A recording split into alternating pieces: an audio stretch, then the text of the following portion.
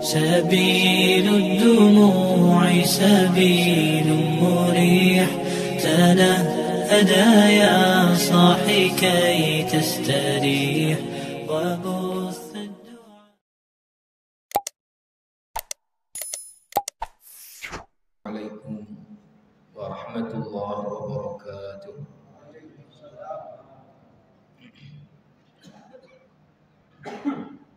الحمد لله الذي أخبرنا بأن الساعة آتية لا ريب فيها،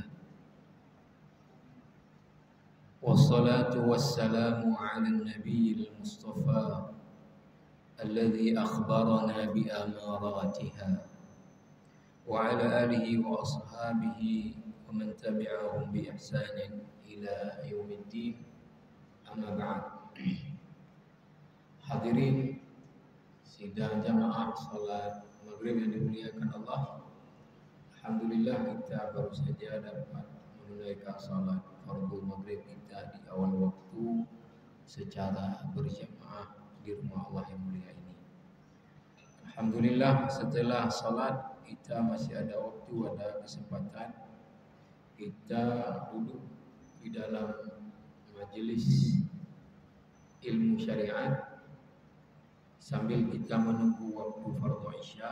Nanti kita tunaikan di awal waktu juga secara berjamaah. Mari kita niat i'tikaf di rumah Allah Subhanahu wa taala. Para jamaah yang mulia, seperti yang saya sampaikan yang lalu, mulai malam ini sampai beberapa pertemuan ke depan, kita akan khusus lebih mendalami lagi bahagian yang sudah disebut dalam hadis Jibril. Ketika Jibril bertanya kepada Nabi SAW, kapan kiamat akan terjadi, maka Nabi mengatakan, tidaklah yang ditanya lebih paham dari yang bertanya. Kalau begitu, kata Jibril, beritahu saya tanda-tanda mendekati terjadinya kiamat. Maka Nabi SAW beritahu beberapa di dalam hadis Jibril. Kemudian Nabi beritahu para sahabatnya dan juga kita umatnya di hadis-hadis yang lain. Nabi di dalam hadis Jibril menyampaikan di antara tanda mendekati terjadinya kiamat itu adalah ketika seorang budak perempuan melahirkan tuannya atau pemimpinnya. Kemudian orang-orang yang dulu miskin, pengembala ternak, lalu berlomba-lomba dalam membangun gedung-gedung yang tinggi. Nah, itu yang disampaikan dalam hadis Jibril. Maka Nabi di kesempatan-kesempatan yang lain juga memberitahu tentang tanda-tanda mendekati terjadinya kiamat. Oleh karena itu, ada para ulama yang khusus mengumpulkan hadis-hadis tentang tanda-tanda mendekati terjadinya kiamat.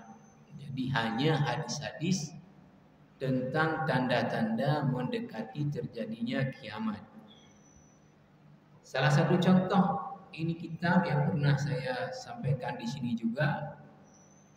Judulnya Ahdatsun Nihayah wa Nihayatul Alam. Mungkin kalau kita terjemahkan lebih kurang, Ahdatsun Nihayah itu kejadian-kejadian di akhir zaman. Wa Nihayatul Alam, berakhirnya alam semesta ini. Ditulis oleh Fadilatul Syekh Muhammad Hassan. Jamaah yang dirahmati Allah Subhanahu wa taala, saya baca ke daftar isinya.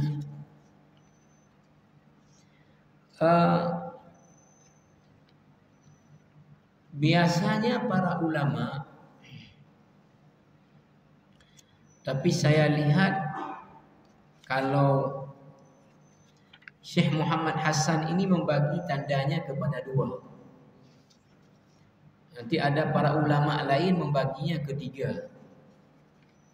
Ada tanda-tanda sudah terjadi dan tidak berulang lagi dia terjadi. Ada tanda-tanda yang sudah terjadi dan akan berulang terjadi, muncul tenggelam dia, muncul tenggelam.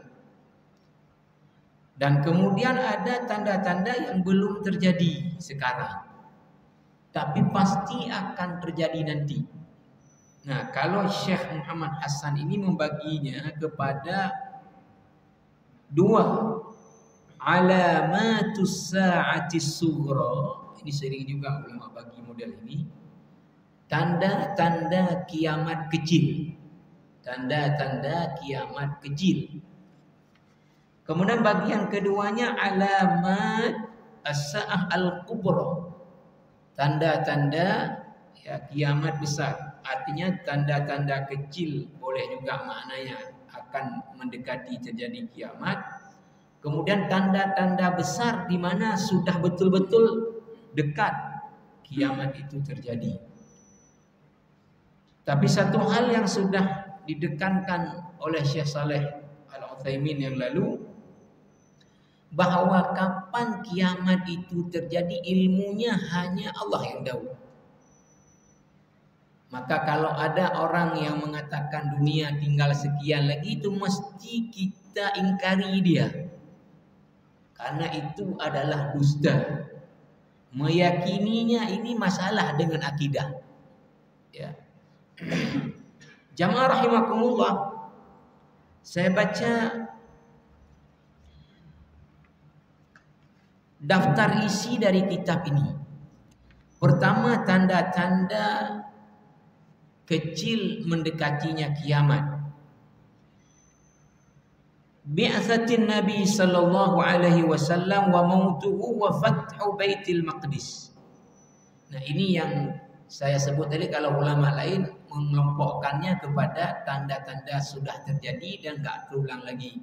Apa? Pertama, diutusnya Nabi Muhammad. Yang kedua, wafatnya Nabi Muhammad sallallahu alaihi wasallam. Yang ketiga, ditaklukkannya Baitul Maqdis di zaman Umar ibn Khattab radhiyallahu anhu. Nah, baru setelahnya adalah tanda-tanda yang muncul hilang, muncul hilang, muncul hilang, ya, dan terus dia. Ya. Yang pertama adalah zuhurul fitan, munculnya fitnah zaman. Yang kedua adalah dhiya'ul amanah, hilangnya amanah dalam kehidupan ini. Orang diberikan satu amanah, amanah tidak ditunaikan. Kemudian kasratul qatl wa intishar az-zina was-sariqah. Banyaknya terjadi pembunuhan dan tersebarnya zina dan pencurian. Kemudian jamaah rahimakumullah, yang berikutnya adalah kasratul kadhib wa syahadatul dzuri wa mautul faj'ah wa zuhur al-kasiyatil 'ariyat. Dalam hidup ini banyak bohong orang. Banyak muncul kebohongan. Banyak kemudian ya kesaksian palsu. Kemudian juga munculnya orang-orang pakai pakaian, tapi pakaian yang dipakai itu seolah-olah telanjang. Sekarang kalau di acara fashion itu kan orang pakai baju tapi menerawang bajunya. Pakai baju tapi dalamnya nampak, ya. Model Kim Kardashian. Itu hancur-hancuran. Kemudian juga taqarubuz zamani wa nuqsanil amali wa kasratish syuh. Berdekatannya waktu, ya. Dan kemudian juga banyaknya ketomakan orang kepada harta sehingga jadi pelit.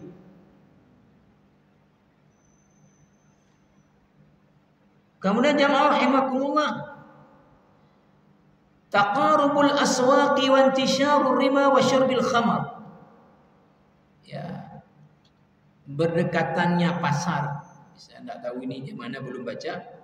Kemudian tersebarnya zina dan minuman khamar. Kemudian berikutnya raf'al ilmi wa intisyarul jahal. Diangkatnya ilmu, maksudnya ilmu agama, dan tersebarnya kebodohan tentang ilmu agama, bukan ilmu dunia. Ini diantara tanda-tanda yang terjadi, dia muncul tenggelam. Kemudian alamatus sa'ah al-kubra, tanda-tanda besar yang sudah betul-betul mendekati kiamat kubra, kiamat kehancuran alam semesta. Yang pertama, khuruju al-masih ad-dajjal. Datangnya Dajjal. Berikutnya nuzulu Isa wa maqtal ad-Dajjal. Turunnya Isa alaihi salam untuk membunuh Dajjal. Kemudian khuruju Ya'jud wa Ma'jud. Keluarnya Ya'jud dan Ma'jud. Kemudian tulu'us syamsi min maghribiha wad-dabbah wal khusuf. Kemudian apa? Terbitnya matahari dari barat. Kemudian apa? Keluarnya binatang dan terjadinya gerhana. Kemudian apa? Nafkhatul ba's. Ya. Terjadi trompet untuk, ya, dunia ini kiamat. Kemudian trompet kebangkitan. Kemudian ardhul mahsyar wa ahwalul qiyamah. Ini sebetulnya setelah terjadi kiamat, kebangkitan, maka di sini dibahas juga tentang bagaimana kondisi mahsyar, bagaimana huru-haranya nanti kiamat, kemudian masyhadul hisab, bagaimana nanti proses hisab manusia ini. Awal may yuqdha bainahum yaumal qiyamah, siapa yang pertama diadili nanti di hari kiamat. Awal ma yuhasab alaihi al-'abdu yaumal qiyamah, apa perkara yang pertama dihisab tadi, siapa yang pertama dihisab, diadili. Lalu siapa amalan yang pertama sekali diadili di kiamat nanti. Al-mizan was-sirat, timbangan amal dan jembatan sirat. Kemudian wasfu al-jannah wan nar, gambaran kondisi neraka dan kondisi surga. Nanti insya Allah akan saya pilih, ya, di antara yang ada ini yang penting-penting. Nah, kalau kita ambil semua juga, ya, lama sekali. Maka kita ambil yang penting-penting, yang saya rasa perlu untuk kita ketahui, yang mungkin selama ini kita mendengar, ya, mendengar tapi belum tahu betul detail. Saya juga belum tahu detail. Ya, saya juga belum tahu detail. Maka nanti insya Allah, ya, seperti Dajjal, ya, bagaimana bentuk Dajjal, apa kerja Dajjal, berapa lama Dajjal di bumi, kemudian siapa yang kemudian tadi membunuh Dajjal, siapa yang bisa selamat daripada Dajjal, bagaimana fitnahnya Dajjal itu berat, jamaah rahimakumullah. Nah, sebelum kita mulai membahas tentang tanda-tanda mendekati kiamat yang sudah terjadi dan ini akan terus terjadi. Tadi disebutkan apa? Zuhurul fitan, munculnya fitnah zaman. Tapi sebelum itu ada kisah menarik ini. Saya ketika membaca tentang Dajjal, saya temukan satu kisah menarik. Ya, kalau saya mungkin nggak beritahu sekarang, nanti bisa lupa. Padahal ini sangat inspiratif. Bagi saya ini sangat-sangat inspiratif. Ini dibahas ketika dibahas bahwa nanti Dajjal itu dia di antara dua matanya itu di dahinya ada tulisan kafir. Dan itu bisa dibaca oleh setiap orang yang beriman walaupun dia orang nggak bisa baca. Maksudnya nggak belajar baca tulis pun dibuat oleh Allah dengan imannya dia bisa baca yang ada di dahi Dajjal. Lalu kemudian timbul pertanyaan tentu, kayak mana dia bisa baca? Dia tidak ada belajar baca tulis. Lalu Syekh Muhammad Hasan ini mengisahkan satu kisah. Apa kisahnya? Kata Syekh Muhammad Hasan, yuqsimu li tabibun min ahbabina al-jarrahin.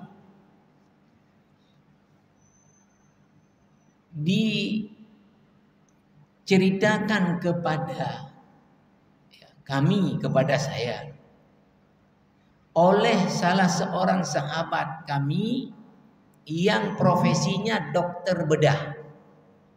Profesinya dokter bedah. Faqala taqaddamtu li ujriya jarahatan li rajulin min ahli al-Qur'an tajawaza 70 aman.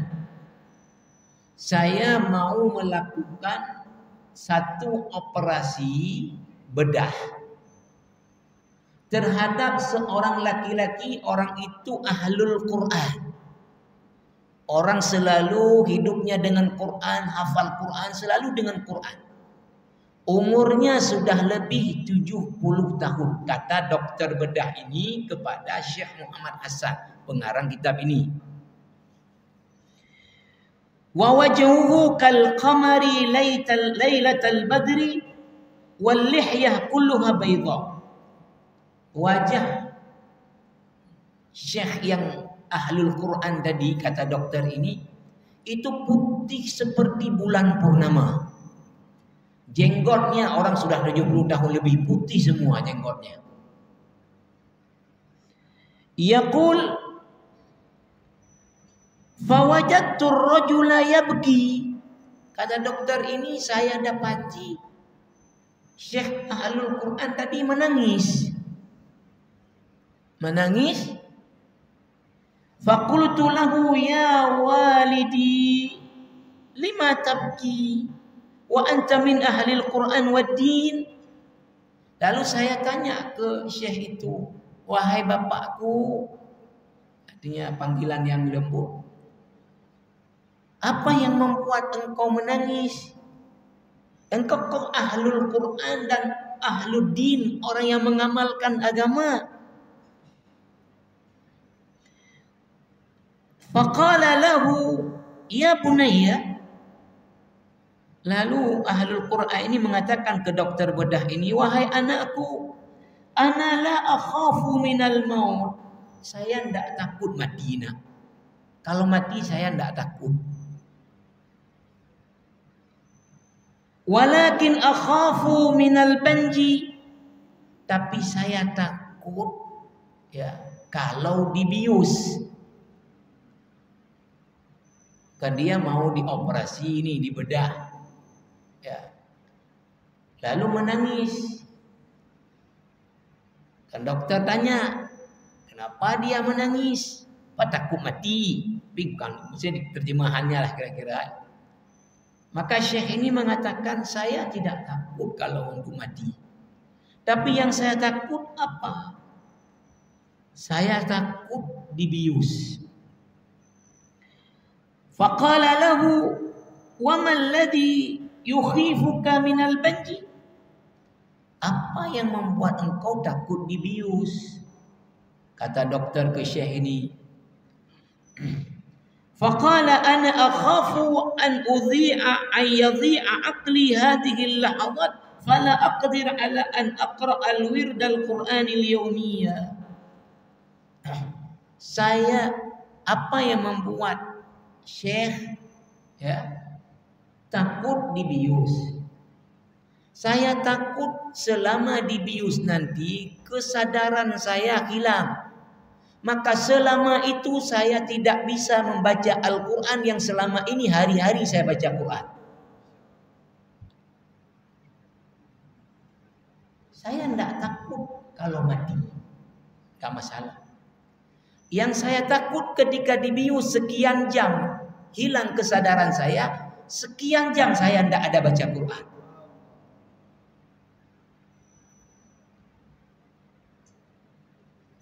Jamaah rahimakumullah. Faqala lahu kam taqra? Dokter bedah ini tanya ke Syekh ini, berapa banyak Syekh baca Quran setiap hari? Qala aqra kulla yawmin 5 ajza yakhtimul Quran kulla usbu' marrah.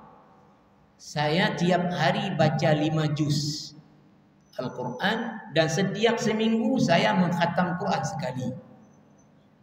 Kata Syekh ini. Fa subhanallah, yaqulu at-tabib, tamannaitu an law inshaqqatil ardu wabtala'atni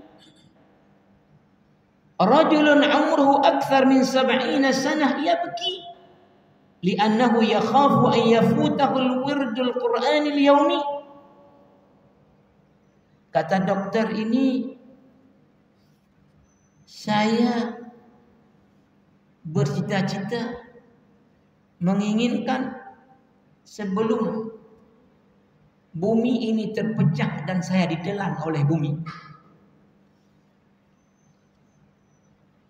ada laki-laki yang umurnya lebih 70 tahun menangis karena takut selama masa tadi hilang kesadarannya, tidak sempat membaca Quran yang hari-hari beliau baca. Wa huwa muqbilun ala ijra' amaliyah jarahiyah. Dan dia mau dilakukan tindakan operasi bedah. Qala at-tabib, dokter bedah tadi kemudian mengatakan, wa bada'tu ukallimuhu insyaallah sayukrimukullah. Wa dhalla yatma'innuhu bi kalimatin thayyibah wa yuqsim li fayaqul. Kemudian dokter ini terus berbicara dengan Syekh ini dan mengatakan engkau insyaallah akan dimuliakan oleh Allah.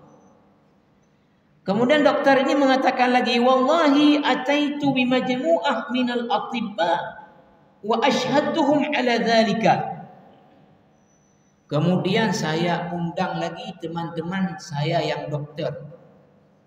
Lalu kemudian saya persaksikan kepada para dokter. Beliau panggil lagi para dokter-dokter lain untuk datang kepada Syekh itu. Li'annani lam atasawwar an yaqa'a hadha fi dunya nas. Karena menurut saya ini kejadian yang enggak terjadi di dalam umumnya masyarakat. Enggak ada orang mau dibius nangis. Lalu ketika ditanya kenapa? Karena takut selama nanti hilang kesadarannya, enggak sempat lagi baca Quran seperti dulu membaca Quran selalu. Kata dokter ini enggak ada orang yang kayak gini. Maka dia panggil dokter-dokter yang lain. Qultu lahu madza hadas? Lalu kata Syekh Hasan, saya tanya ke dokter bedah itu. Lalu apa yang terjadi setelah itu? Qala lahumur rajul la tu'tuni al-banj illa ba'da an usyri'a fi qira'ati wardi minal Qur'an.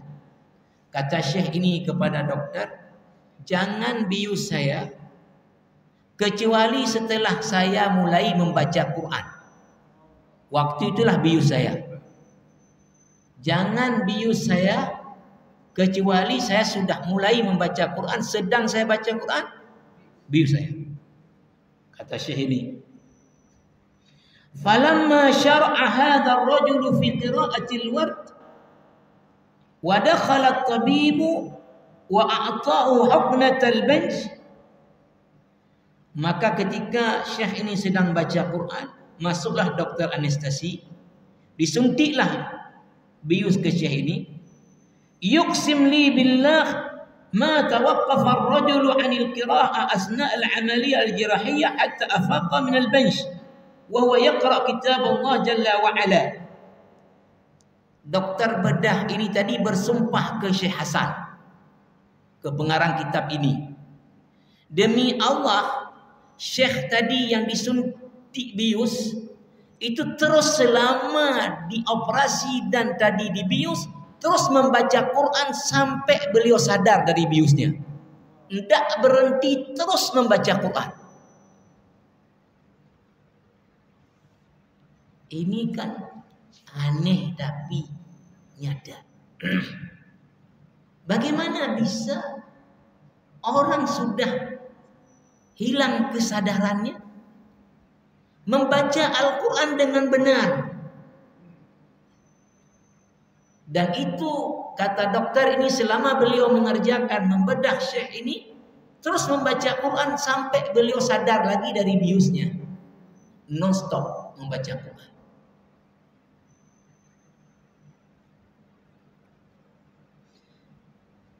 Hal ra'aita hadha fi dunya an-nas qabla dhalika innaha al-fitra as-salimah wal qulub an-nirah bi nuril Quran. Ini kan tidak ada ya pada umumnya orang. Tapi Syekh ini ya karena hidupnya dengan Quran, maka inilah yang diberikan oleh Allah kelebihan. Ya, saya hal-hal seperti ini iri dalam makna positif, namanya ghibtah. Ya. Kalau iri dalam makna negatif, kita ingin nikmat yang ada pada orang hilang dari dia, baik itu pindahnya ke kita atau pindah ke siapapun, pokoknya dia nggak ada lagi sama dia. Ini namanya hasad. Tapi kalau ada kelebihan orang, kita ingin seperti itu untuk juga berbuat baik seperti dia, dan dia tetap nikmat itu pada dia, ini namanya ghibtah. Namanya ghibtah. Ya. Saya hal-hal seperti ini sangat iri, ya. Artinya apa namanya? Kita ingin, ya, kalau saya misalnya meninggal sedang sholat, meninggal sedang baca Quran, meninggal sedang zikir, meninggal sedang memberi pengajian. Ya. Nah, tapi untuk bisa sampai ke derajat ini kan amalannya memang luar biasa. Ya, hanya orang-orang yang selalu baca Quran, maka dalam keadaan ya sudah tidak sadar pun diberi kemampuan Allah membaca Al-Quran. Ini jamaah rahimakumullah. Ya, saya temukan, maka saya bagikan terus. Nanti tak lupa. Baik, kita kembali kepada tanda-tanda kiamat yang sudah muncul dan dia akan terus datang silih berganti, yaitu munculnya fitnah zaman. Saya tidak buka lagi di sini karena sudah saya kumpulkan di satu kertas hadis-hadisnya.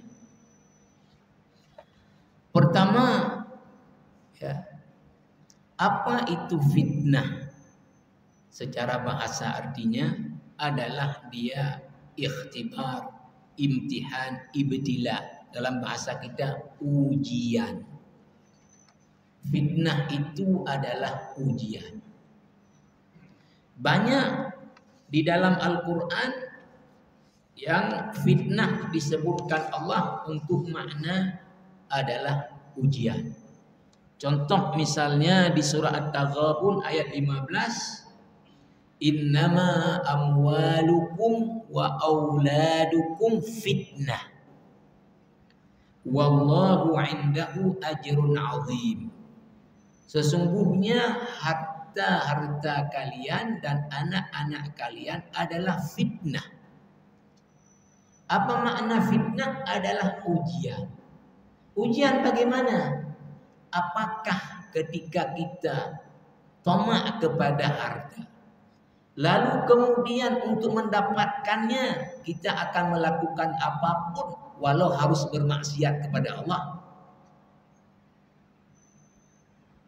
Atau kita tadi masih bisa memilah-milah bahwa kita hanya akan mencari harta yang cara yang dibenarkan oleh Allah.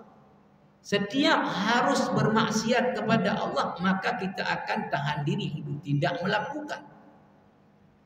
Disinilah letaknya adalah ujian. Apakah kita tadi demi harta menabrak ketentuan-ketentuan Allah? Kemudian anak-anak adalah ujian.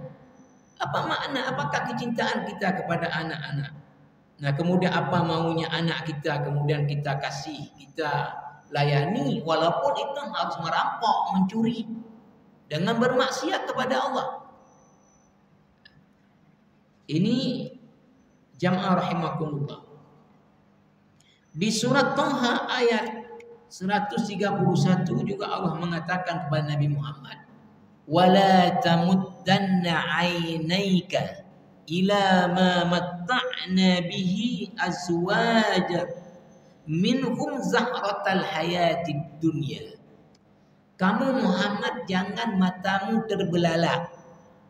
Itu maknanya tertarik kepada kesenangan-kesenangan kehidupan dunia yang kami berikan kepada mereka, yang bersenang-senang berpoya-poya dengan kenikmatan dunia, dengan kemewahan dunia. Linaftinahum fi, itu untuk kami uji mereka dengan kesenangan-kesenangan dunia itu kami uji. Jangan dipikir itu adalah kasih sayang Allah kepada orang, itu ujian. Ya. Maka kamu jangan tertarik kepada hal-hal seperti itu. Kenapa? Wa rizqu rabbika khairum wa abqa. Karena rizki dari Tuhanmu, artinya kenikmatan surga nanti itu jauh lebih baik karena dia kekal selama-lamanya. Tapi yang kenikmatan dunia itu dinikmatinya hanya sebentar. Maka kamu jangan tertarik dengan kemewahan-kemewahan dunia. Ini misalnya yang lagi heboh sekarang, ya, pernikahan anak orang terkaya di Asia, Mukesh Ambani di India, di Mumbai. Anaknya Anam Ambani dengan Radhika Merchant. Itu orang terkaya di Asia. Rumah dia itu seperti gedung perkantoran, 173 meter tinggi rumah, dengan jumlah tingkat 27 tingkat, dengan jumlah liftnya ada 9, helipadnya ada 3, muat mobil parkir 160 mobil.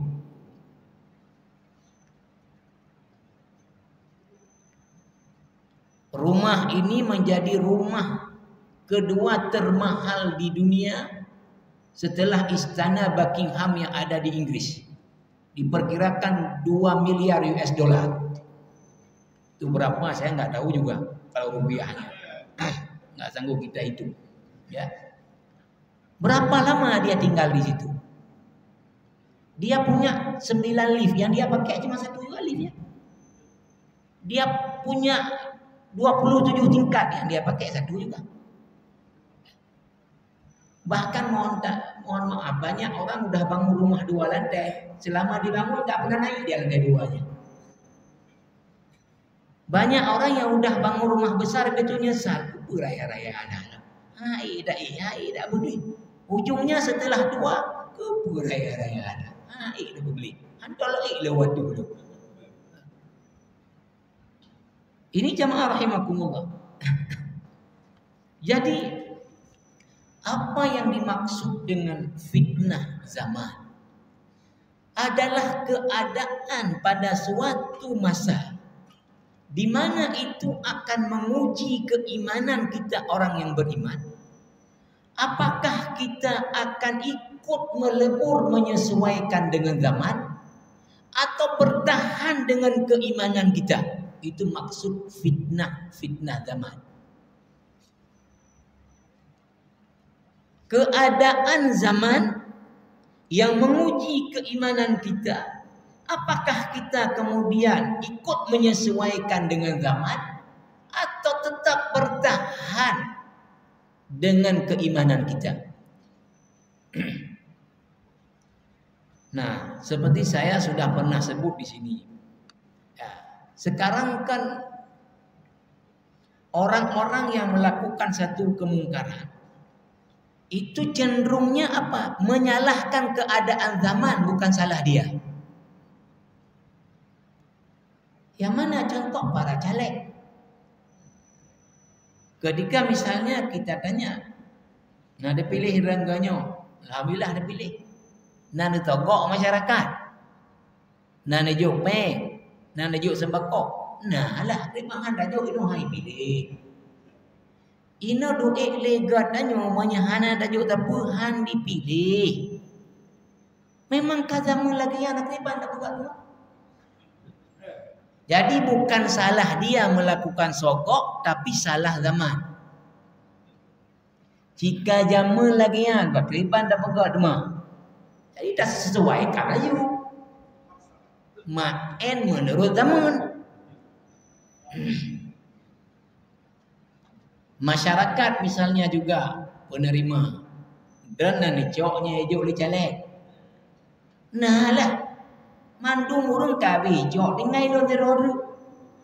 Loncok sila juga memang kajamu lagi ai no pribanda pegat mah. Han datung ri keung-keung dayo. Enggak datung aja daripada ikut. Udah salah lagi zaman, bukan salah dia. Misalnya di dunia tender-menender kau kontraktor. 6 paket rangganyo, 6 apa? Nana togok panitia tender. Nah lah. Ino menyertai ikut tender hanya produk 10% diliku handi pemenang. Nyo jika jamu lagi han pakai banda bogat mah. Salah zaman, bukan salah dia. Nah, keadaan seperti ini dan jauh lebih buruk dari ini itu sudah digambarkan Nabi.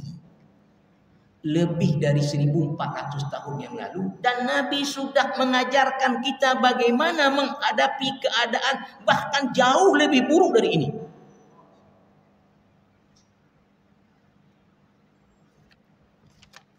Nah, saya awali dulu ini karena waktu ya.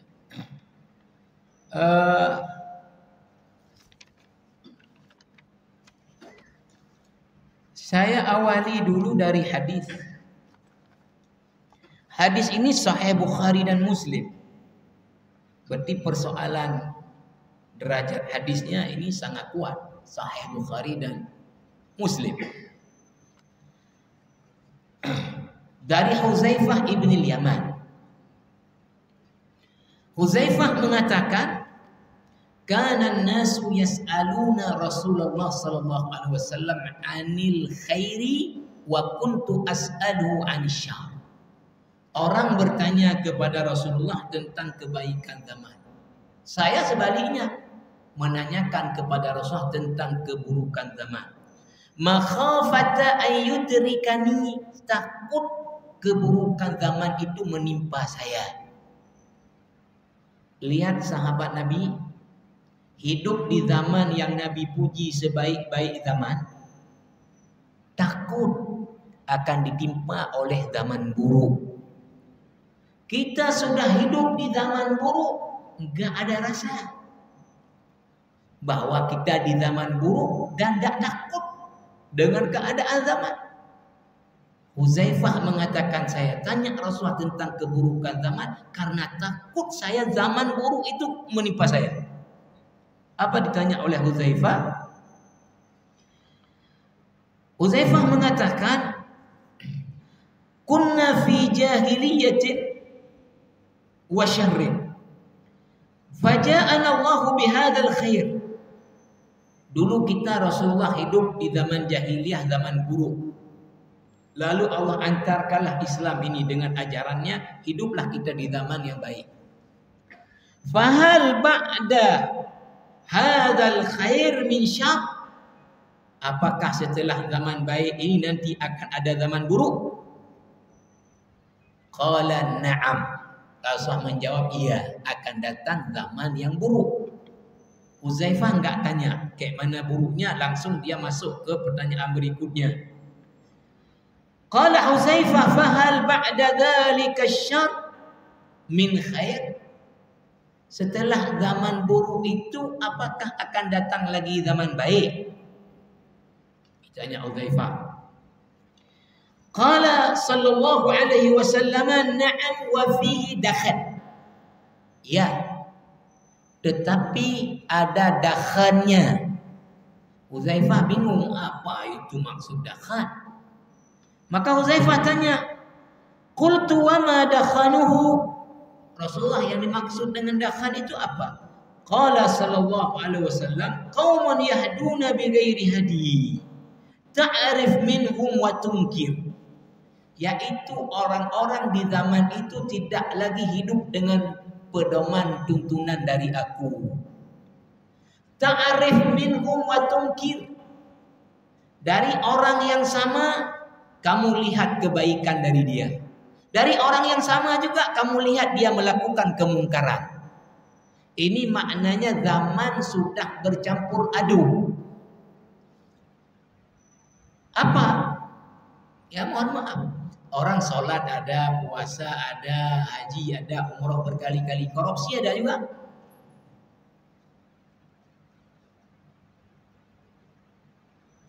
Orang puasa ada, sholat ada, ya, zakat ada, tapi tipu orang biasa aja.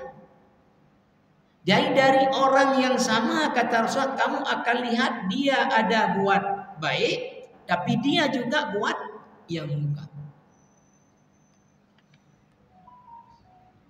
Ini bukan menginikan aib orang, tapi kita berdasarkan fakta di persidangan, ya. Berdasarkan fakta di persidangan, ya. Ketua KPU RI itu divonis bersalah oleh DKPP melakukan asusila, maka dipecat di Amsterdam, diadu oleh seorang perempuan sebagai korbannya. Dia Idul Adha yang lalu khatib akhir raya.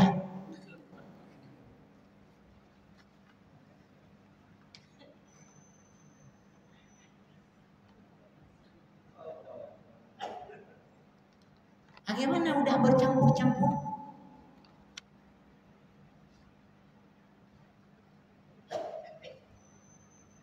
Ini jamaah rahimakumullah.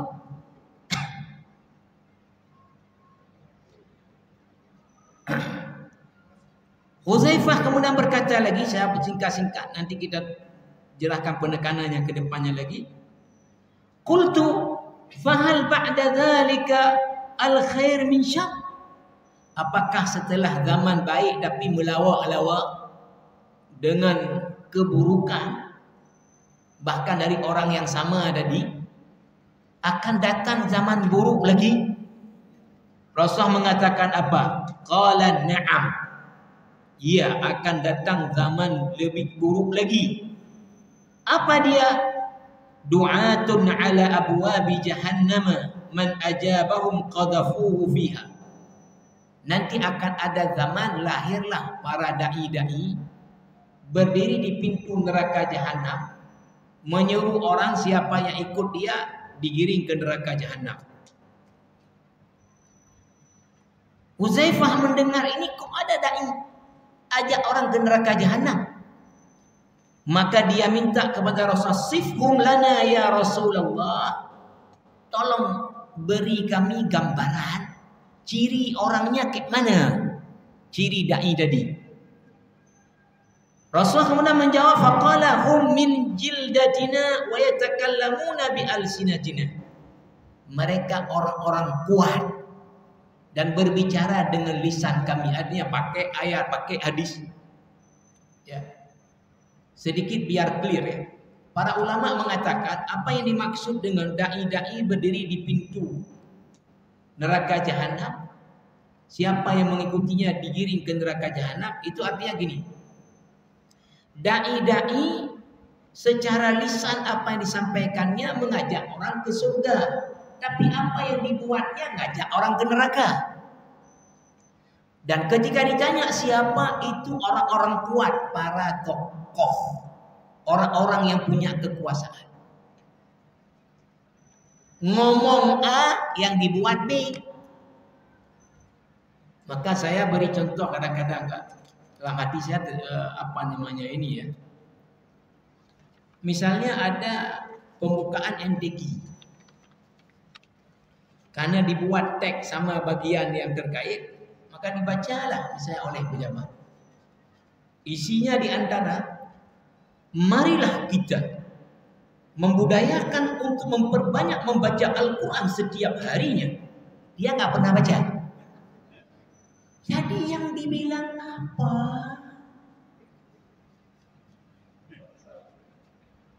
Yang dibuat apa?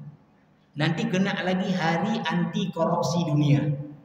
Beri lagi sambutan.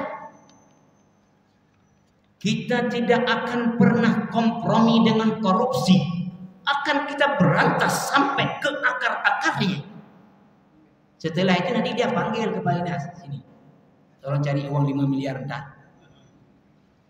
Yang dibilang apa? Yang dibuat apa? Inilah tadi kata Rasulullah. Orang di mulutnya pakai ayat, pakai hadis. Ya. Bicara ini, tapi perbuatannya mengajak orang ke neraka. Itu yang dimaksud dengan hadis ini. Kemudian jamaah rahimakumullah. Huzaifah ketika mendengar ini kemudian mengatakan apa? Fama ta'muruni in adrakani dzalika. Rasulullah, kalau zaman buruk tadi itu menimpa saya, engkau perintahkan saya melakukan apa menghadapinya? Kata Rasulullah apa? Talzam jama'atal muslimin wa imamahum. Bergabunglah dengan kelompok kaum muslimin yang baik dan ikutlah pemimpin yang baik. Lihat ditanya sama Huzaifah. Qala fa illam yakul lahum jama'ah wala imam. Kalau ketika itu tidak ada lagi kelompok orang yang baik dan tidak ada pemimpin yang baik, udah busuk semua. Udah busuk semua. Bagaimana Rasulullah?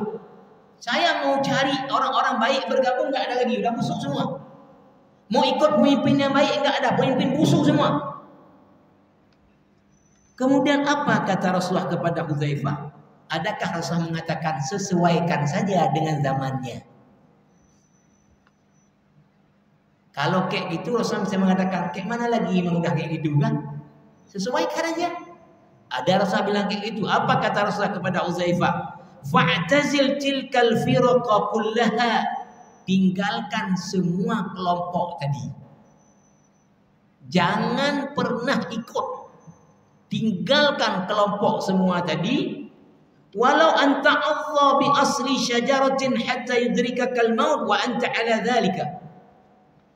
Asingkan dirimu dan menggigitlah akar pohon. Artinya walaupun kamu di tempat pengasingan harus makan dari akar pohon, dari dedaunan, bertahanlah dengan kebenaran sampai maut menjemputmu. Jadi tidak ada disuruh sesuaikan dengan keadaan zaman. Tetap bertahanlah dengan kebenaran walaupun kamu tinggal sendiri lagi.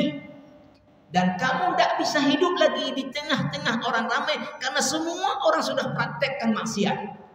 Asingkan dirimu. Bertahanlah dengan kebenaran walaupun tinggal sendiri sampai maut menjemputmu. Ini satu hadis, nanti akan ada hadis-hadis lain lagi yang menggambarkan bagaimana akan buruk keadaan zaman ini. Ya, saya pikir kita memang sudah memasuki ini zaman buruk, tapi belum seburuk yang digambarkan oleh hadis-hadis nanti ke depan. Nanti akan ada zaman cukup berat. Ya. Kalau saya boleh gambarkan sekarang apa? Misalnya, kita tadi sebagai caleg, lalu nggak mau kasih apa-apa karena itu sogok haram. Konsekuensinya apa? Nggak dipilih kan? Hani pilih, baik deh. Tapi kan tidak dibunuh, tidak sampai. Kita di birokrasi misalnya, nggak mau sogok menyogok, nggak diberi jabatan, kan dipecat kan nggak? Tapi akan ada zaman nanti ketika kita tidak mau buat maksiat, kita akan diancam bunuh. Jadi akan ada keadaan sangat buruk. Nanti akan kita sampaikan ke depan. Berikut nanti kita akan bacakan contoh-contoh bagaimana ulama hidup di zaman yang sangat buruk. Dengan ancamannya adalah nyawa, tapi tetap bertahan dengan kebenaran. Sedikit pun tidak tergoyahkan untuk menyesuaikan dengan zaman. Subhanakallah bihamdika, asyhadu an la ilaha illa anta, astaghfiruka wa atubu ilaik. Assalamualaikum warahmatullahi wabarakatuh.